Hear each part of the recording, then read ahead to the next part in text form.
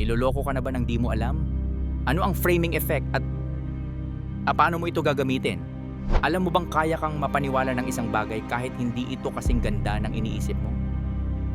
Hindi ang facts ang nagdidikta ng paniniwala mo, kundi kung paano ito ipresenta. Most people don't realize this, pero kung paano i-frame ang isang bagay, ganun mo rin ito tatanggapin. Ito ang framing effect, isang mind control technique na ginagamit ng media, gobyerno at mga politiko para kontrolin ang opinyon ng tao.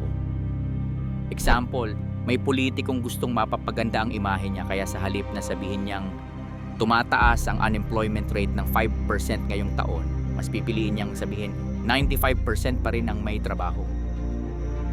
Pareho lang ang ibig sabihin ng dalawang statements pero mas mukhang positive ang pangalawa kaya mas madali itong tanggapin ng tao. Ganito ito gumagana kapag ang presentation ay positive, mas malamang na suportahan ito ng tao. Kapag negative ang framing, mas madaling gumawa ng takot o galit para maimpluwensyahan ang desisyon ng tao. Ginagamit ito sa election campaigns, media reports, at kahit sa mga debate.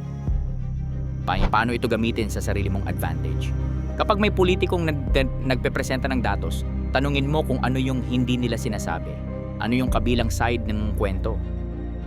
Kapag may media headline na mukhang masyadong positive or negative, hanapin anong actual numbers at ikumpara sa ibang sources. Gamitin ito sa negosasyon. Frame your argument in a way na magmumukhang mas beneficial sa kausap mo kaysa sa'yo. Ikaw ba, napansin mo na bang ginagamit ito ng mga politiko para ma-impluwensyahan ang opinion mo? Share mo sa comment.